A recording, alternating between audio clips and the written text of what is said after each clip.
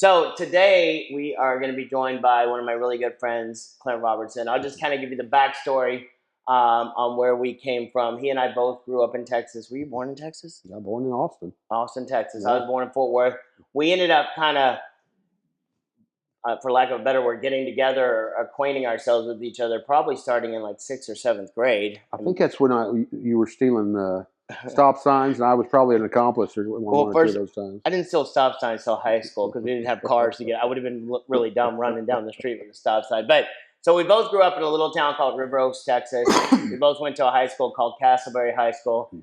Most of you, if you live in Texas, you may have beat our high school in football. But Clint and I grew up, went to church together, we're in choir together, we're in all these things together.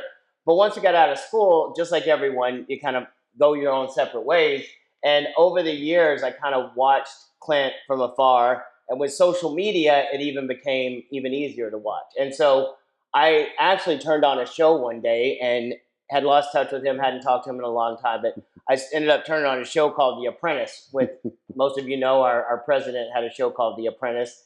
Clint was actually on that show. And my son Hunter was about 8 or 9, maybe 7, 8 or 9, somewhere in there at the time. And it was very humiliating for me to sit there and tell my kid, as we're watching the show, everybody, Hunter, I know this guy. I went to high school with this guy. I went to, okay. Well, why is that humiliating? It's humiliating that he didn't believe me that I knew you. Okay, I got you.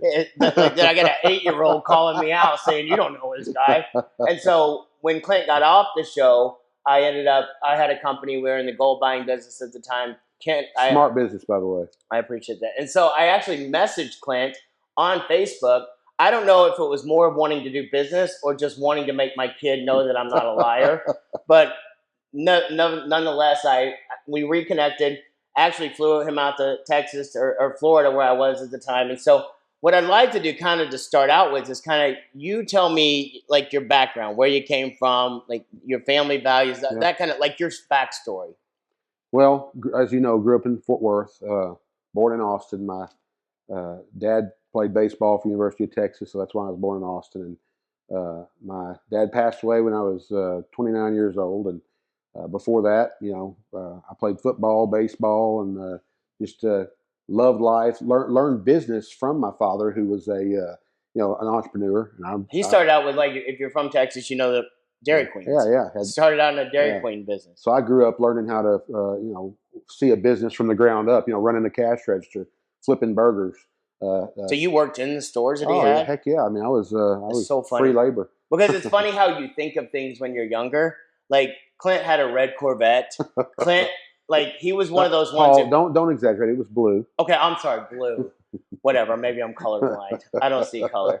But Clint was one of the ones that's like when you're younger, you think, oh, somebody has all of it. When I used to do public speaking with Clint, and we do seminars together and do stuff. And I used to always tell people, like, Clint was that one that you always aspired to be. He was valedictorian. If you only knew. I know, but when you're young, we all had those preconceived ideas, and it's like, oh, why can't you be more like Clint? Or why can't you be more like Mickey? Or why can't you be like this person or that person? And as I grew up, I watched Clint, and I wanted to be that kind of person because, we're all taught when we're younger, go to school, get good grades. Nowadays, it's not as much. We were talking about in the car earlier. It's like when you're younger, everybody's like, oh, Clint did all the things that people told you. And your kids are doing those things now, becoming doctors. Clint became an attorney, a CPA, a real estate. Been married for 33 years to my college sweetheart and 3 boys. They're all doing good, so I'm thankful for that. Thanks for talking about them because they make me very proud. Yeah, they're amazing. And so, but as I was growing up, I aspired to be someone like that. And then as I got older, I was telling Clint today, when I started doing public speaking, I thought I had to be somebody I wasn't. I always had to tell people, I used to lie about going to college. But I used to tell people that I went to a college called Hardin-Simmons, which is about 2 hours from Fort Worth and Abilene, right? And I knew it was far enough away that nobody would be able to check. This is back before the internet days. But I was like, I wanted to be somebody I wasn't. And now the things that I thought were my detriment actually nowadays have become my asset. And so it's funny because Clint and I kind of reconvened after he got off The Apprentice. And so kind of tell that whole transition. Like, how did you end up on The Apprentice? Well, 2008 rolled around and put a big divot in real estate. I was fortunate that because I had little blood pressure issue that turned out to be a magnesium deficiency. But God used that to get me to basically sell everything I had in real estate. And as an attorney CPA, I used that for my real estate, personal real estate transactions. But then it was over. After we sold everything and the market crashed, we were kind of saved from all that crash. But we were able to go up to northern Idaho with the boys and kind of sabbatical up there and weather the storm, if you will. As I was up in Idaho, I always kind of loved watching that business competition show, The Apprentice, and I always thought, I bet I could do pretty good on that. And so I sent in an application and didn't hear anything back. So I thought, I'm going to go stand in line at one of these in-person applications. Did you tell me like the line was around the Oh building? yeah, it was in Las Vegas, and it was in early April. And things you don't realize about Las Vegas in April at night, it's cold when you stand outside all night. We're in the desert. Stood around Trump Tower there, waiting for the next morning at 8 o'clock for them to open the doors and interview us. And one thing led to the next, and next thing you know, I'm flying out to New York to do the show.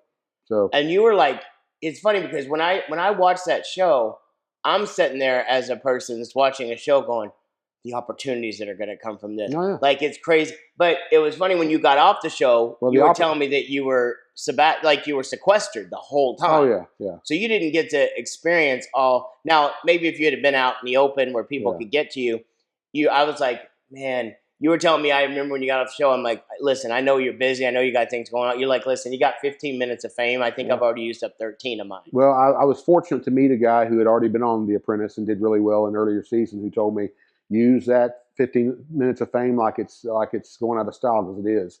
And so, yeah, tons of opportunities rolled in up front. And, Paul, what you came up with yourself was one of the best things that I saw coming off of The Apprentice. That one business you came up with, the Gold Rush. It was the smartest thing that I've heard of someone conceive just in that industry. And it was the minute I heard it, you know a good idea when you hear one, right? And it kind of the feelers go out, and you think, wow, that's really smart. And what the funny thing is, like, one of the things I always heard is successful people make quick decisions and they stick with them. Yeah. Average people take forever to make a decision. I remember you and I that's because of fear, I think. 100%. I messaged you on Facebook, sent you, and I didn't expect to hear back from you. I said, I don't know if you'll remember me, blah, blah, blah. And you're like, oh, I definitely remember you. I kind of showed you what we were doing. And like maybe 2 days later, you're on a plane out to Florida. Yeah, made sense. It was a great idea. We put together this business and we did very, very well. And then, just like any businesses have ebbs and flows. I knew we had a gold buying company. I knew that it was not going to last forever because gold prices went from $300 an ounce up to $1,700 an ounce. Now they're at $5,000 an ounce. Can you imagine if we had all that gold from back then? Well, think about this. Smart people, people who are good business people, like you say, they know how to strike, because the opportunities, they don't just come. They don't stay a long time either, like the gold business. Right. Your tax credit business, where you created that business, same type deal. Lightning struck, you were there as it struck, but you got to take advantage of it. So many people, they take forever to make that decision. One of the things I love about Clint, and even now we'll talk about our new business that we're involved in a couple of minutes, but so now talk about the transition. So we kind of went our own ways, started doing other businesses. I got in delivery and different things. Yeah. You went into, how did you get into, like, you started doing your own show? How did that kind of happen? Well, the good thing is from The Apprentice that kind of opened some doors of some familiarity. People that had seen me on TV before, but out of the blue, after we, my oldest son got a scholarship to Boise State University, which was down at the southern end of Idaho. And being a good helicopter parent that I was, I leased a condo down in Boise while he started college, and kind of went back and forth. And I realized, wow, Boise's kind of in a Goldilocks zone of real estate. You can buy real estate, renovate it, and sell it and make a lot of money. So I started doing that. Ran into my friend and partner in our show that we have now, the Boise Boys show, that's been airing on HGTV and all over networks and streaming and what have you. But, how did that come about? Well, like did you and him start doing business first, and then the show came? Luke and I met. I was kind of traveling back and forth from Coeur d'Alene. I had a law practice at that point. Luke was a traveling musician, and so he would come and go. So we kind of struck it up as, hey, I can be here, you can be here some. Why don't we tag team this? and do some stuff here because you know the So area. neither one of you were really doing real estate at the time. Well, I was Okay. never out of real estate, and I was looking for houses to flip. Luke knew the area, and he just started flipping because he was looking for opportunities to make money to pay for his uh, Growing. well, he wanted to adopt, and he's adopted several children, and that's not cheap. So he was looking for ways to make a lot of money, and so he was working from one end. He's a real good designer, and I was working from the practical, you know, the numbers, dollars and cents of construction. So we just tagged up on one house. And this is before there was any kind of. Y'all didn't even have any ideas to do a show. No, and so I found a house, and I said, let's just do this together. We can tag team it. Through a guy that actually went to our church. We went to the same church together, and another guy had a house. So is that how y'all met? Was through the church? We did. Okay, kind of just we were introduced by a mutual friend. But anyway, this other guy he had a house, and so we got that house, renovated it, and sold it. And Luke's really good on social media, and so he just starts putting out there a few pictures and videos of the work we're doing. And boom, within about a week, we had several production companies contacting us saying, "Hey, we got to get you. We got to get some film with y'all on it because this is exactly what HGTV is looking for." And lo and behold, it's funny that HGTV just a couple of weeks earlier had put out a notice casting call type that they're looking not only for an odd couple somewhere, they're also looking for some folks in the Pacific Northwest to represent the Pacific Northwest. So we checked 2 big boxes there, and then the next thing, you know, we've got years and years of episodes. I mean, y'all been together off and on, or not off and on, but together. Got 10 years now. 10 years. Yeah, that's amazing. So. Yeah. Starting out in that industry, going from being I mean, you kind of had an idea of what TV was about, but was it a big shock when you went into doing what y'all were doing? Honestly, it wasn't, because we both told ourselves we are who we are. And I found out when I was on The Apprentice, I can't be somebody else. I'm just going the only way I'm going to win this Apprentice show is if it's going to be hard enough just winning this thing. So the only chance I've got is just not trying to think about becoming an alter ego, but just going straight. Not try to impress people, just be you. Just do it. And I think that people really there's not a lot of real anymore. You see especially on a lot of these contrived reality shows. Right. There's a lot of people taking it to the extreme, and we just got on and started being ourselves and doing what we do, joking around, having a good time, and making money for our families so we could support our families. And so that thing blossomed into multiple years of different shows. We ultimately had several different named shows. Boise Boys, our flagship, was several years, a lot of episodes, and lo and behold, by the time the dust settled, we'd amassed a big following, and so that's why we decided to move on, create our own production company, and we're knocking out shows as fast as we can right now, and we're fortunate to have just received an offer from a global distributor to distribute our show internationally all over the world. So we got some good wind under ourselves right now. Let me ask this: so people because you know when you and I were growing up, everybody's like, "Oh, if I grow up, I want to be an attorney. I want to be a doctor."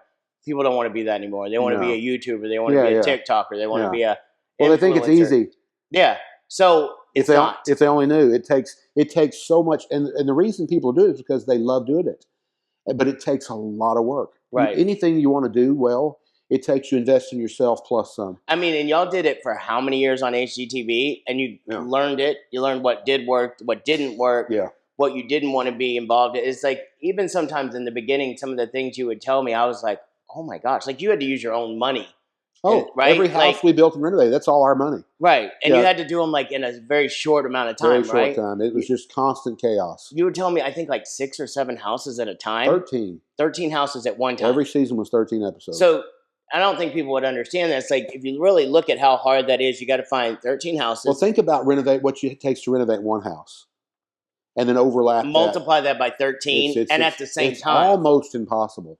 I mean, and it's so stressful. And so you're like going from one house to the next and changing clothes, and it's like in the probably different seasons. It's winter, it's cold, you having to deal with all the subcontractors. Our pilot was in the year they called Snowmageddon.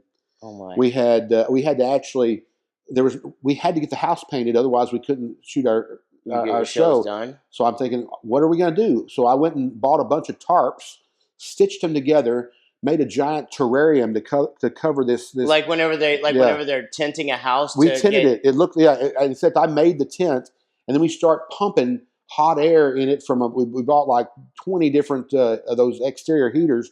We pumped this thing up, so we've got this giant glowing tent around our house. Oh my We've got gosh. ice on the driveway that thick. I'm out there on one of those little scrapers trying to get that off, and we got the painters inside spraying inside this snow dome. It was nuts, but we had to do what we had to do because that was our one shot Is to that get the to us. first season? That was our pilot. Oh my gosh. That was before this first season. That was our pilot to see if we got our first season. So what do you think was the 2 questions. I always ask these 2 questions. What was the most gratifying and fun part of doing it when you first started? The best part to me is always just in the moment. The work's hard.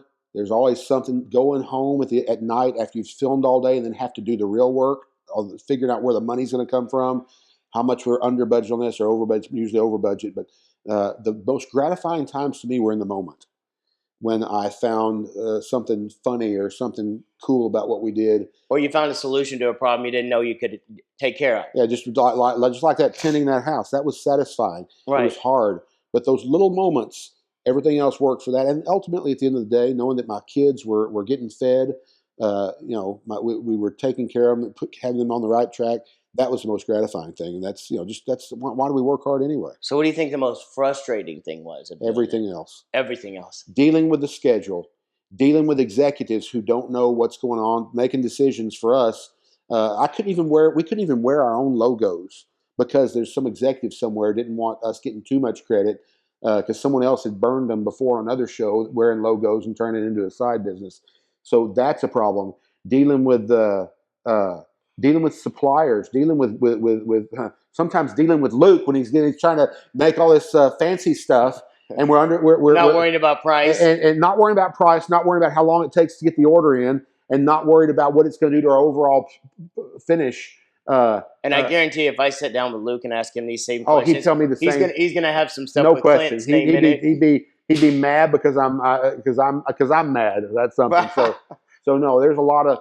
But when you're working that fast, you got to be rowing the boat in the same direction. We did for the most part, right? And that's why. And we're you still probably working learned an enormous amount. Yeah. Like you and I just had a conversation. Yeah. Anybody that ever watches anything I do knows who Paul Cafaro is. My friend that's a YouTuber. I watched him grow up in this industry, and you and I had a conversation just a little bit ago. And it's like talking to someone who has a PhD.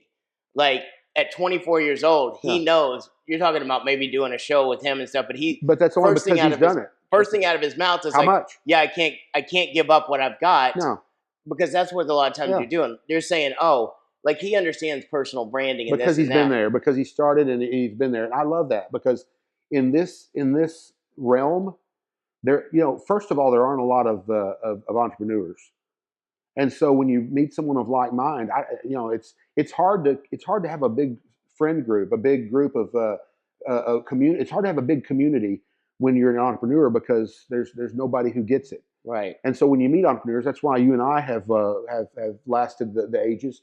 When you run into fellow entrepreneurs who are successful, you become better, and you become better. But when you surround yourself with people, the other Paul, the Paul we just talked to, he's in his 20s, and he gets it because he's an entrepreneur and he's asking the right questions. Where someone who's 60 years old. I mean, when you started, how old were you when you started doing the show?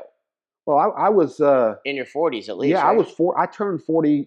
I turned 40 the year I did The Apprentice. So can you imagine if you knew the stuff that Paul knows from that angle? Right. I knew so much stuff from an entrepreneurial standpoint before that, but when you incorporate TV, social media, and all those kind of things, so it takes what you're doing entrepreneurially and sends you to a whole nother level. So that and you didn't even realize that it was going to be a problem having your own logo. And that air is even more rarefied. So there's so few people in this world who've A, been entrepreneurs, B, taken it to a level where the whole world's watching on television, and C, done it where you're successful. Right. And so to do all those, you just really, there aren't a lot of like minds. There aren't a lot of kindred spirits. And so when you run into someone like a Paul, it's an automatic bonding because that he and I may disagree on everything else in the world, politics or anything else. I don't know. We may row the boat the same way on everything, but it doesn't matter because we've been through the fire. Right. We know this area that no one else knows, and it's really enjoyable to find those kindred spirits.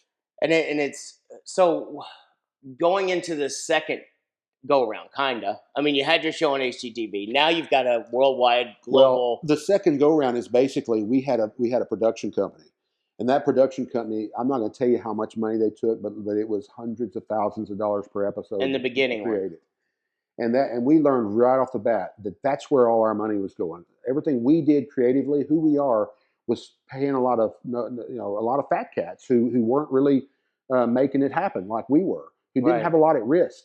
They found us. Y'all were the personality. You did the work. You put the money behind it. We did You everything. put everything. All and they then did was somebody send the took- camera people out and had the camera people turn it into a show. Well, guess what? We know enough about that now to do that ourselves. So that's why we kind of backed off the last year of our contract with HGTV, kind of went low, didn't really do much production because we were waiting for the day that we could create our own production company and utilize the brand that we had actually built, because through those several years on TV, You and couldn't even use anything you did outside of it. no, hardly. but even before that, we were building up tons of followers, tons of people who wanted to know more about us. And so we knew we could parlay that back into a show. And so we said, let's be our own production But company. also knowing you like I know you, it's not just about what y'all can do for yourself. I think this production company is going to be able to help many other people. Without question. Like, And that excites me. because you know what it's like to be on that side. Because, like, if somebody came to sit down with you and they had a great idea and they had a great production, they had a great everything, you're going to be able to go, hey, listen, I don't want to take advantage of you. Yep. I want to make sure that you get taken care of. You know, obviously we want to, but knowing you like I know you, because we did business together. Yeah. And I was telling our business partner in the roofing, I've never been more excited about a business right now, having you involved and having Ken, because the people that are around, there's no part of me that thinks I'm going to get screwed. None. And I've been through enough businesses to know now, a lot of times people say stuff up front, but when the money comes on the back end, a lot of times what they said on the front doesn't match what Well, they it's a said on the marriage. back. You better be getting in bed with someone that you can trust. And, I have complete trust in you. I've grown to know Ken. I think he's incredible. And so the three of us are really in a marriage on this deal.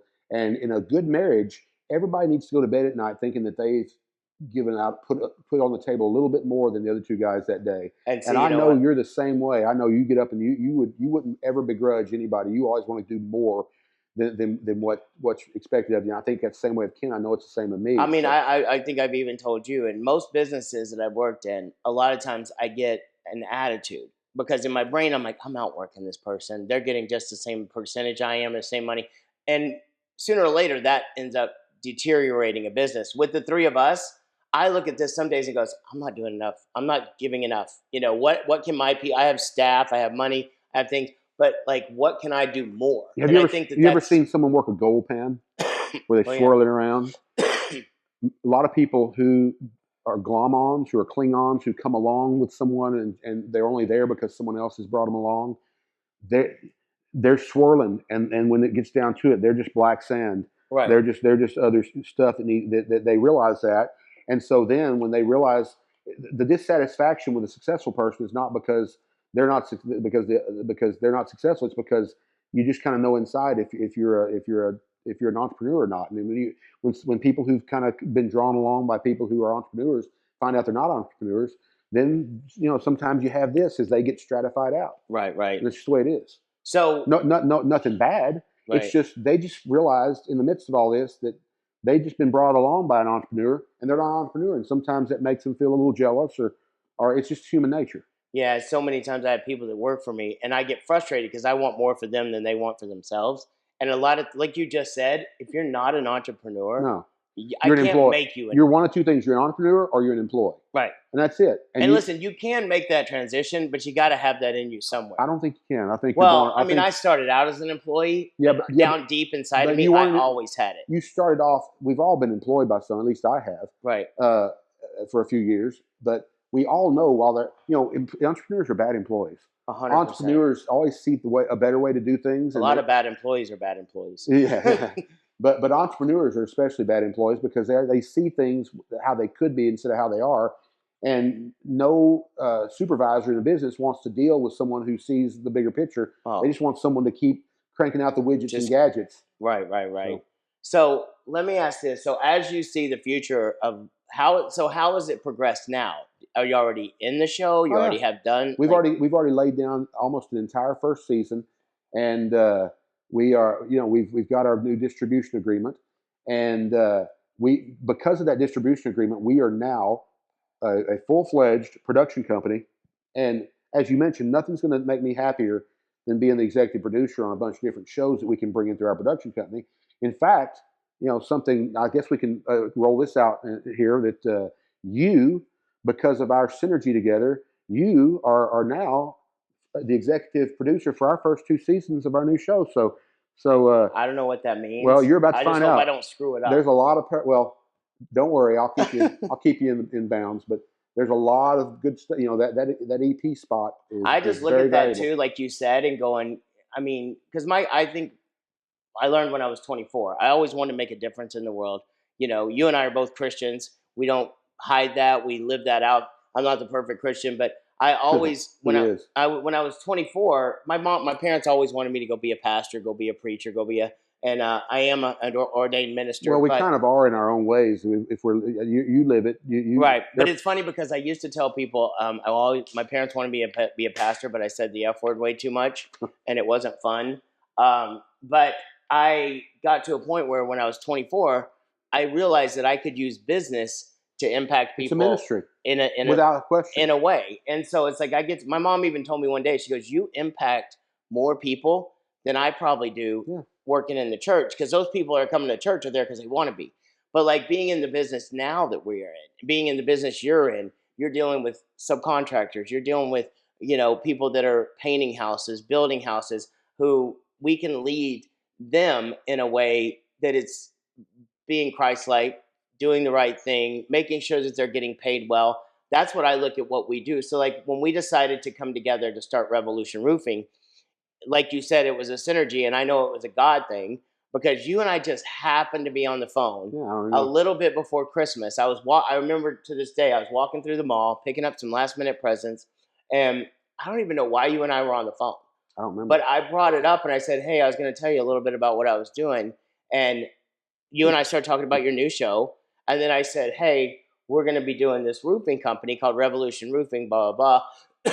And I said, I'm going to position it kind of like we did with the gold business. And if you don't know what I did with the gold business and what I did with pretty much everything I've ever done, it's about referral marketing, affiliate marketing. Instead of going out and spending hundreds of millions of dollars on advertising, which is what most people in a business think you have to do, I believe and know for a fact, not just believe, that word of mouth is the best advertising on the face of the earth. Like I know Paul Cafaro, people that watch his show, they probably tell 3 or 4 people, oh, I love this show. I love this guy on YouTube. People that watch your show, oh, I love this show. I mean, anything you do in life, you might be able to get people exposed to what you're doing.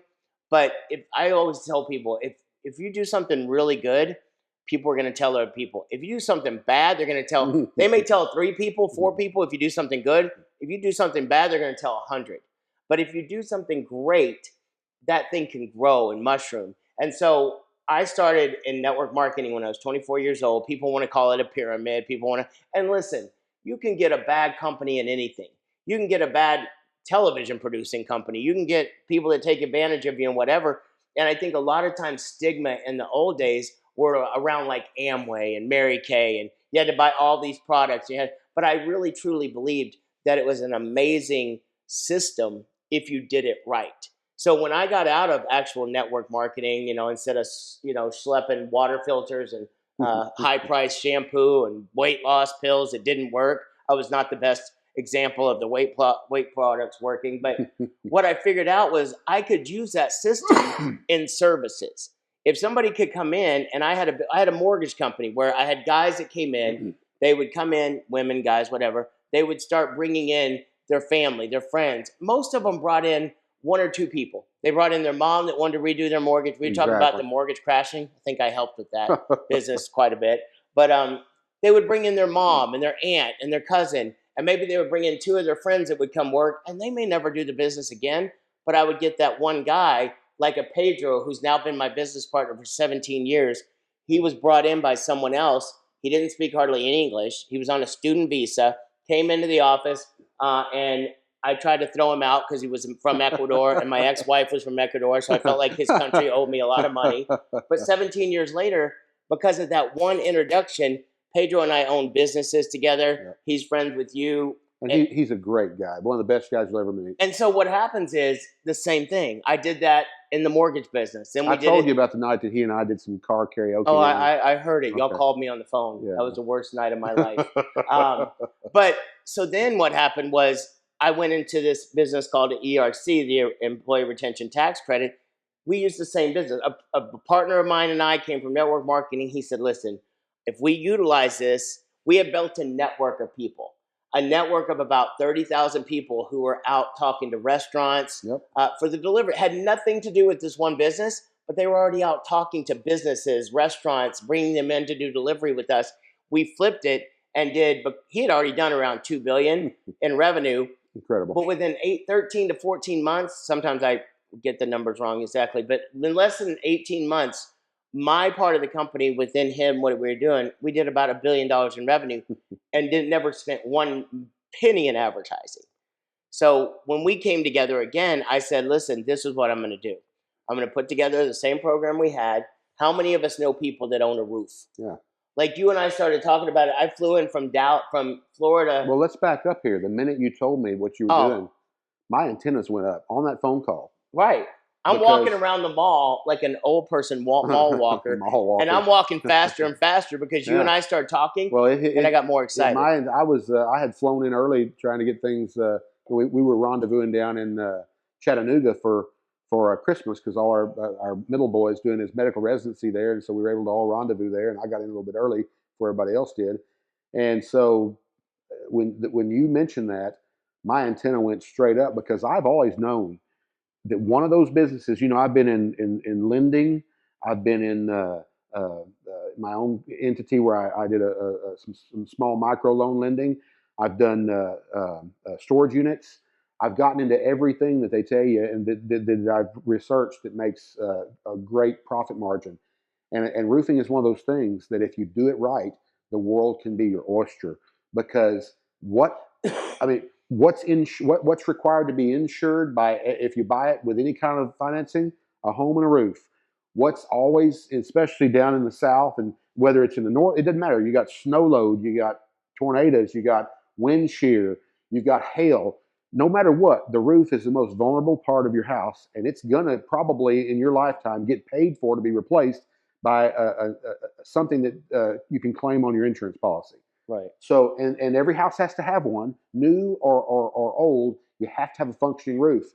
And so that's kind of been on my bucket list of businesses. I've been kicking that around even before I talked to you. So the minute you told me that there's a way that you thought that we could activate all of these members, the people who are the best advertising billboards you can have, and also sow into those people instead of paying a giant conglomerate to put a billboard up or have TV ads, paying the fat cats, we can actually have people who can make all that money just by being a part. I'm in.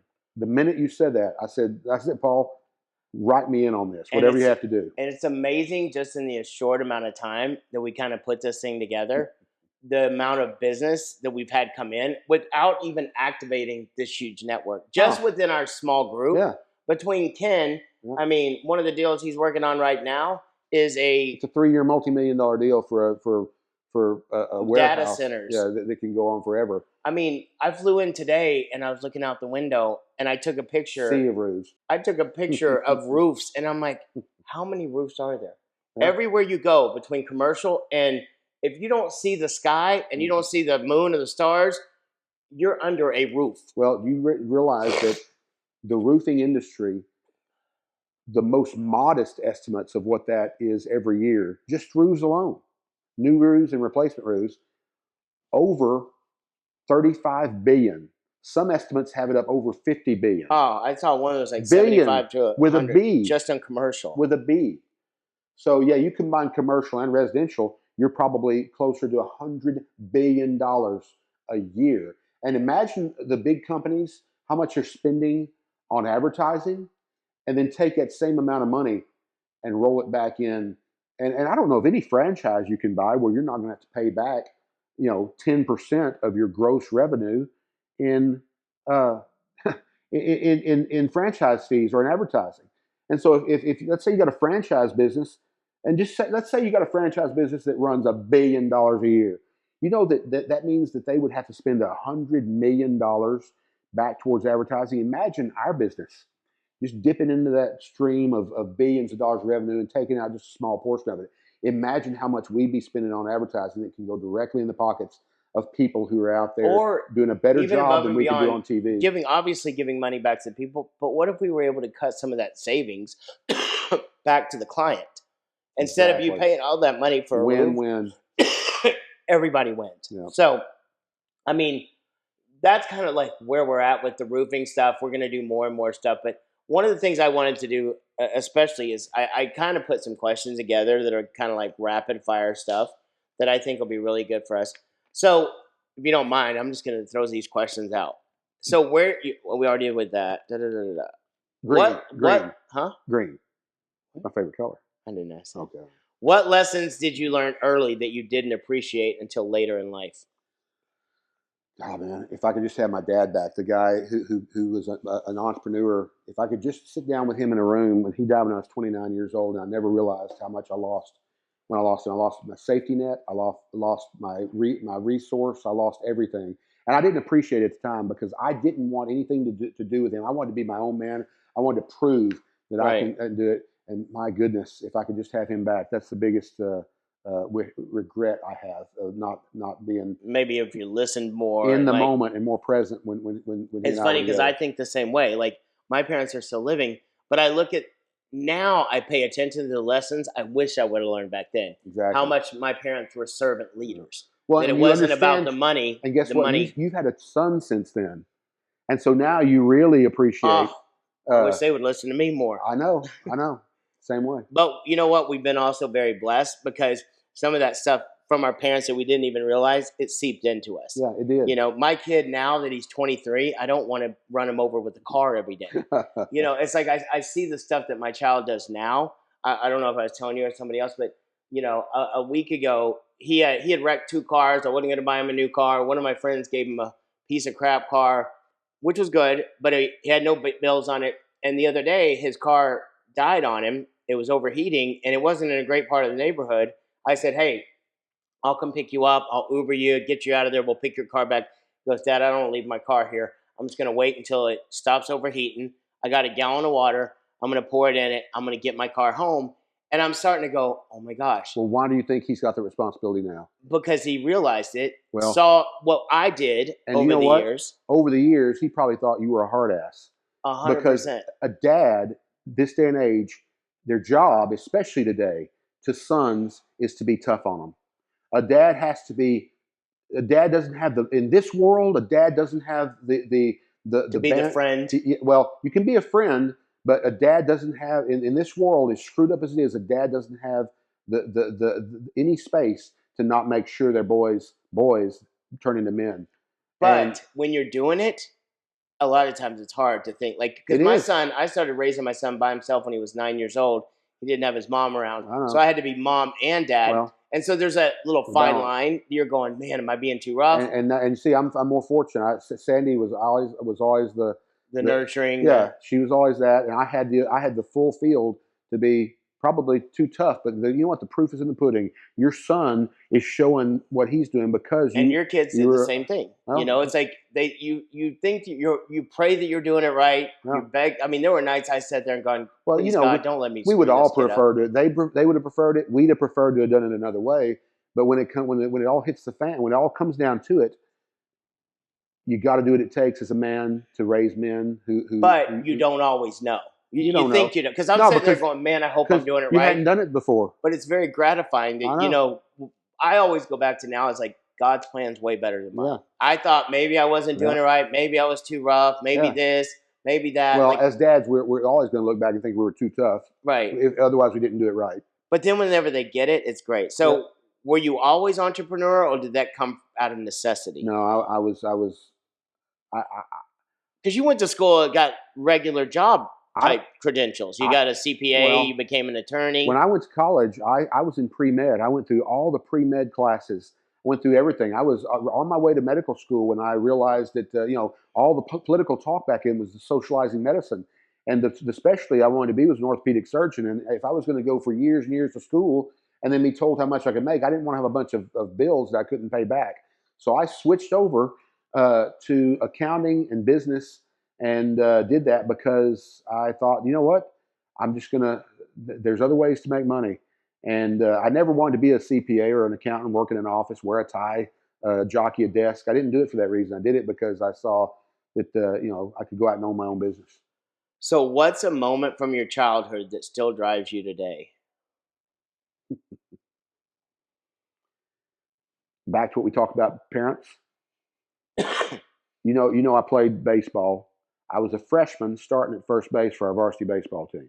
Oh, I remember. And I was proud of that because I beat out a senior. And so I step up to the plate in an early game in the season, and I jack a home run over that right field fence.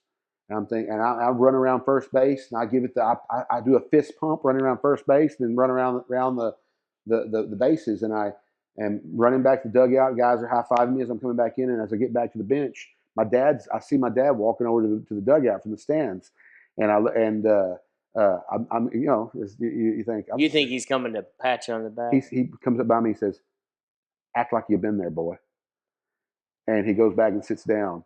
Ooh. And that's so many different levels. It made me so mad at the time, right. And to this day, I still waver back and forth. But ultimately, that one piece of advice reminds you to be humble. Reminds me to not just be humble, but to don't take it. To be excited about stuff. But the show's not about you. The show is about the people around you. And I get more satisfaction around people. Like, I mean, I've made a lot of money. I've been successful. But when other people around me, like Paul Cafaro, my friend that's on YouTube, you talk to, when he hits 1 million views or something, I'm more happy for him than I could ever be for myself. Well, this was the man who actually on that same diamond single-handedly took his team to the state championship in the 60s. Because Castleberry was in the state championship game because my dad was pitching. So he'd been there. He understood. He had more accolades probably than I did in baseball, and obviously. And so he'd been there. He'd seen the good and the bad. He's seen a lot of home runs, hit a lot of them himself, thrown a lot of fastballs. And you know what? I didn't like it at the time. Oh, but it changed my perspective. How many years later you still remember that one moment in time? Yeah. One of the things that I always remember this. My parents, I tell my parents all the time, if we lived if my parents did to my butt what they did now, they'd be in prison. Of course. Because of course. It's not allowed now. Well, I remember one time my dad came home from work. He'd go to work at 7 in the morning, get home 3 in the afternoon. Yeah. And my mom was so mad because I was getting to that age where she couldn't whip me as much. Yeah. And she told my dad, you need to go in there and you need to whip him. And so he goes, come on. And my dad was a woodworker, so he routed a paddle. I mean, it was that thick. It routed. He had a handle. Oh, so we go in the room, and I turn around because I'm ready. Like, here we go. And he goes, turn around, boy. And I turn around, and he goes, do you know what the word grace is? And I said, well, it's what we say before we eat. That's all I knew about the word grace. And he goes, grace is not getting what you deserve. Mm-hmm. And I said, okay. And he goes, I'm about to hit this bed with this board, and you better scream like I'm beating you. He goes, because you know what you deserve right now. Well, I've even had times where I put if you're doing it right, you put some marks on your kids' behinds, and as a parent growing up in a weird world, I'm not going to I'd rather go to jail than not do my children right. And so a lot of times you got to think, oh my goodness, are they going to come get me because I put? And you know what? The great thing with that whole thing, though, was when to this day. Yeah, you remember the grace. There's sometimes, I had some guys in my company, one of my companies, we hired a CEO and a COO. And these guys didn't like that I was on them about having results. They didn't like me. No. They wanted me out of the company. It was my company I started, and they wanted me gone. They'd go to my business partners and talk trash. And what they did one time was they had a Zoom call. And what happened, they had hooked up something called Otter that it would automatically record the whole Zoom meeting, and it would send an audio and a video and a transcript to all 3 people or anybody that was invited on the call. Well, my main assistant, Evelyn, that you probably heard me talk about, Evelyn was on that call. And well, she was invited on it. She didn't end up on the Oh, call. but she had a copy. But what happened was these guys go on there, and for the first 10 minutes, these two guys talking, a CEO and a COO are trashing me. Like, Paul's this is why they don't want, blah, blah, blah, blah, blah, blah, blah. And that was the wrong person. It probably would have been better if it came to me than her. She called me, and she's like, I'm shaking. I'm so mad. I don't believe these people are doing this to you, blah, blah, blah. And I said, calm down. I said, send it to me. She sent it to me. And I called my business partner and I said, are you sitting down? He said, I can be. I'm driving. I said, you might want to pull over for this one. And he pulled over and I played it for him. And he goes, whew. You want to fire him? Because you have every right to. And I said, and I told him the story I just told you about my dad. And I said, no, I want to show them grace. Yeah. I want to show them that I am not who they think I am. Yeah. And I said, but I still want my pound of flesh. Exactly. I said, he goes, you want me to call him right now? I go, no. Tell them that I got a copy of their little thing. Let them sit on it overnight. Yeah. Don't let them call me tonight. Don't let them, make them sit through it tonight and then call. And when they called, I got to show that grace that my dad showed to me. And I mean, it was great because I learned that lesson. Paul, you're a better man than I was. I would have taken that recording and I'd have called a meeting in person where we sit around a big table and I'd just say, hey, we got a few things to talk about. And I'd hit play and let them listen to their words and see what their faces look like. Oh, I wish I would have. Now I wish I would have done that because they still ended up as not the greatest. But you know what it did? It really showed me that I was trying to live a Christian life. Yeah. You know, because I mean, I'm. Well, everybody, we're all weak. I'm flesh driven. I wanted to get it. I'll say some things that make people mad too. I'll take the grace any day. So here's the question: what were you afraid of when you were younger that you're no longer afraid of now?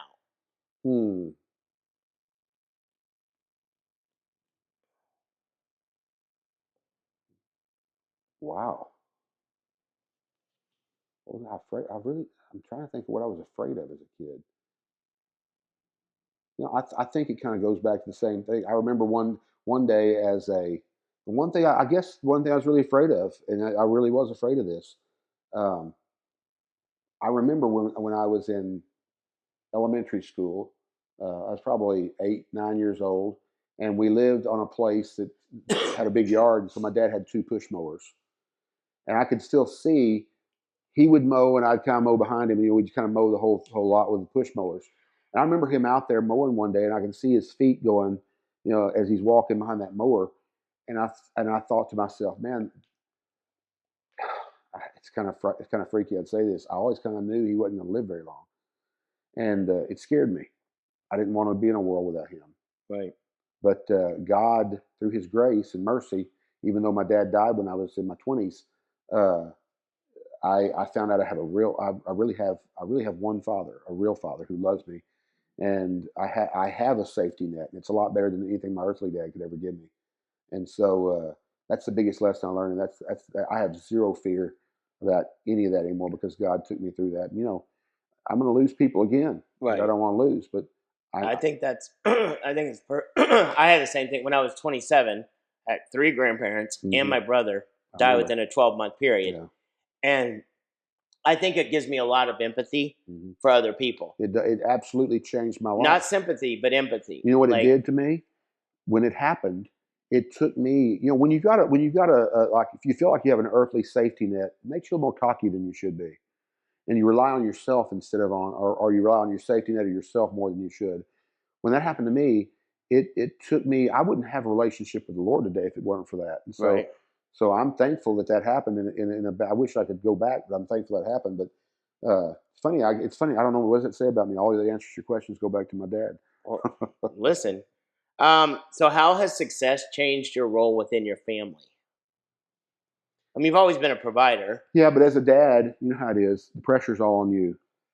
And when you're working it, when you're getting up every day and doing the push, can make you hard.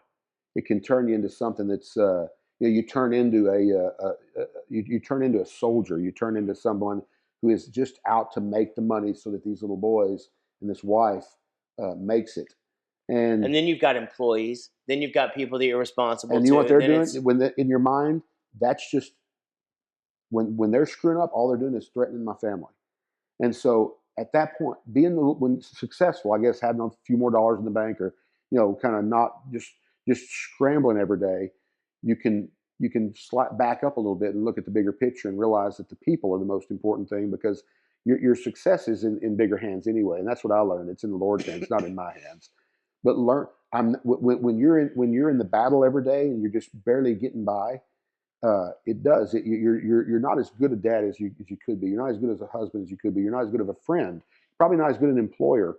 But when there is a little bit of extra fat on the bone, or fat in the soup, meat on the bone, it's easier to be gracious. Do you ever find that it's like with my son? A lot of times, and I do this with, I'm trying to do this more with employees and people who work with me, because I can be hard. Like in the beginning, I give people a lot of leeway. Hey, how much money are you wanting to make? And I tell them, and I try to tell people up front, listen, this is what I expect, and I'm going to give you whatever you want. If they ask for a certain amount, I got to have this much to live on. Okay, I'm going to give you 90 days at this much.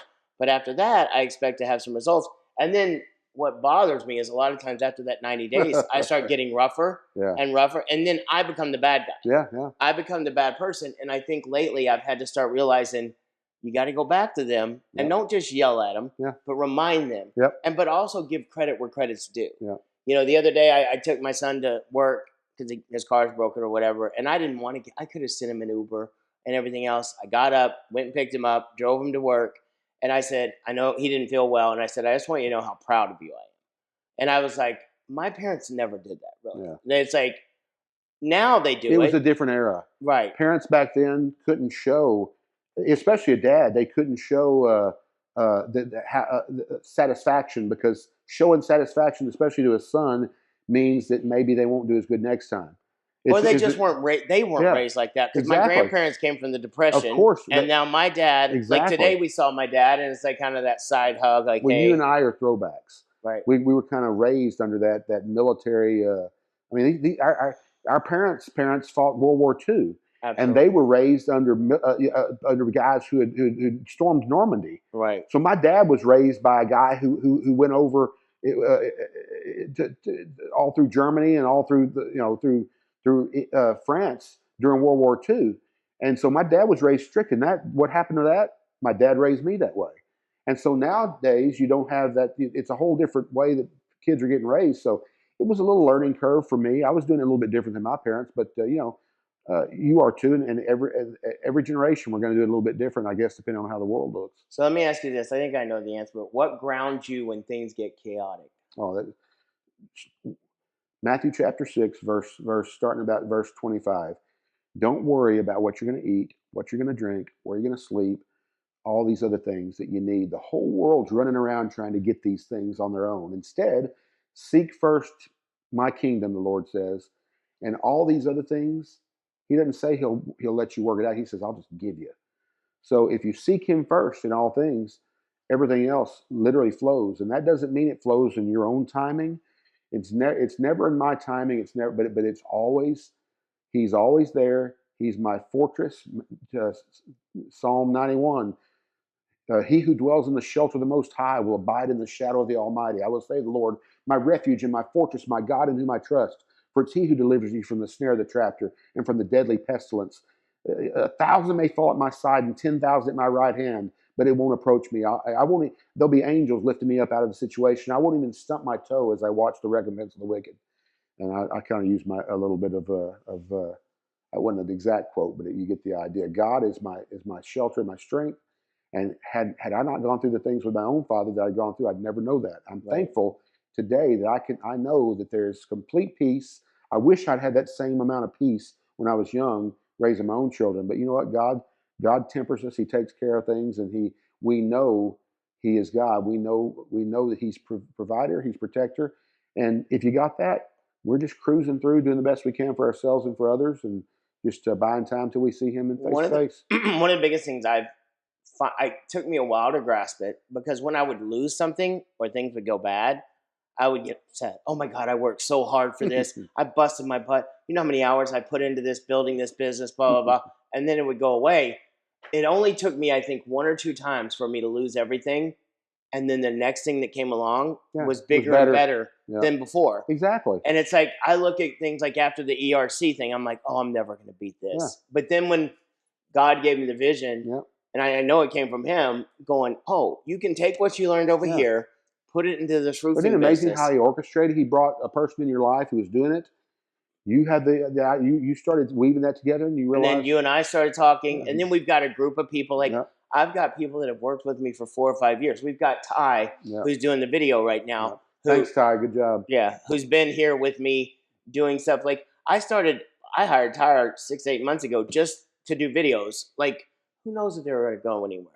But now I look at it going, we could get him into production. We could get him into doing different things, and it all kind of comes together. So everything, I think, builds on the thing before. Yep. I'm 55 years old. I don't think I'm anywhere close to being done. If I'm done, I'm dead. Right. That's exactly 100% it. If I am not building, I tell people when I have too much money and too much time, I get in too much trouble. But when I have something that I'm building and I'm creating and I'm Yep. going out and doing, my life is fulfilled. You know, I mean, I've tried to fill my life with too many relationships with females that never really work out. But I'm always chasing that Yeah. because I've always wanted that. Like, I Yeah. want what you have. I Yeah. want what my parents have. Yeah. I had one of my mentors one time says, listen, your parents, he said, what is it your dad and your mom had that you would want to emulate? I said, their relationship. Yeah. They have that. But you know what? That doesn't mean that that's what I'm going to have. Yeah. But I think that God gives me the relationships with people, Yeah. with my son, with helping other people. You know, I mean, Paul Cafaro, he says, I'm old Paul and he's young Paul. Mhm. Like, we have a good time. And when I'm laughing, creating, having an amazing time. Well, just like I said earlier, in the moment, doing what you love, how can you beat it? And it's really gratifying now that I have mentors of mine. Tomorrow you'll meet Darren Scott, one of the guys that's going to be working in this with us. When I first got into business, I walked into an office in Fort Worth, Texas, in the network marketing industry. He was I just found out he's only a year older than me. But at the time, he had on that $5,000 suits. He was one of the executive directors flying across the country, speaking. I thought he was so much further ahead than me. And about a month ago, he and I've kept in touch a little bit over the years. About a month ago, he and I really started talking in earnest. He last week said, hey, I want to fly out to Florida, spend a day with you. He came in on the afternoon. I didn't realize, but I kind of figured he might be wanting to pitch me on something to work with him. Sure. And within a couple hours, he's like, no. I don't even want to talk about what I was going to talk about. I want to talk about what you're doing. Yeah. And not that it made me feel good. He's another component of someone who knows what they're talking about and sees the value in this. But it was gratifying to know that that's somebody I looked up to that goes, hey, and he told me, he goes, I want to do something with people I like, that I trust, who I can have fun building something with. And he goes, you and the team you put together, I think is 100%. And so that's like at our age. Now I'm not building things because I need the money. I'm building things because I want to go build something that touches people in a positive and has a positive impact. You want to leave a legacy, and that's what goodness. Anybody wants to do. You want to leave a legacy that's not of something that's going to hurt people, but something that at the end, when you're done, you've got something behind that helped the world. So to end this, what do you think is probably the next 5 years looks at like for you and your show? Well, right now it looks like it's going to be going probably more gangbusters than it has been in the past. The good news is we've learned some lessons about how to ratchet back all the extra time, all the risk of the houses and everything, and we've learned how to make this more of a show of what we want it to be instead of what some suit thinks it should be, who doesn't really get our audience. So we're going to be able to produce lots of episodes at a fraction of the time it's taken us before and a fraction of the risk. So do you see it being able to help others? Well, of course. Too? Like, that's why you kind of started the production company, not just for yourself, but for others? You know, I get giddy thinking about, it's funny, you'd think that someone who's doing this TV stuff would be excited about doing more stuff for yourself. I'm really not. I'd love to open the door to, I think it's amazing working with all the different people, and you run into people ever so often. And when you run into special people who get who are entrepreneurs, who get the zone, who understand what it's like to be in front of a camera, it's magical, and there aren't that many people out there. That's why they're casting directors that are getting paid millions of dollars a year to try to find people to be on a show. It's not easy, but when you're in the sphere, you You run into attract people. it. You do. You and I You were in the do. car earlier today, Yeah. and I'm always, not that I need to look out for Paul Cafaro because he's fine on his own, Hmm. but the minute I brought him up and I put him on the phone with you, 20 minutes later, you and I are still sitting in a parking lot, and I can see your wheels turning, Oh yeah, of course. going, we could do this with him, we could Yeah. do that, blah, blah, blah, blah, Well, blah. And it kind of just you meshes. notice the questions I asked him. He absolutely had exactly the answers we were looking for as far as what could be available, what could be on film. Let's say you're going to make 8 to 13 30-minute episodes, and his would be a 30-minute show just because of the it wouldn't be an hour show. Right. But Doesn't need to be. no, his would be a 30-minute show, and it'd be awesome, and I think it'd be an easy pitch to get that distributed. And then And as so, you go along, I'm going to be executive producer on every show. well, you might as well be. Why not? Because together we're going to make a heck of a lot more than what it costs to be executive producer. There you go. All right. Well, that's kind of just a beginning start of things. We'll cut this up, put a lot of stuff together, and we'll be doing more and more of these videos.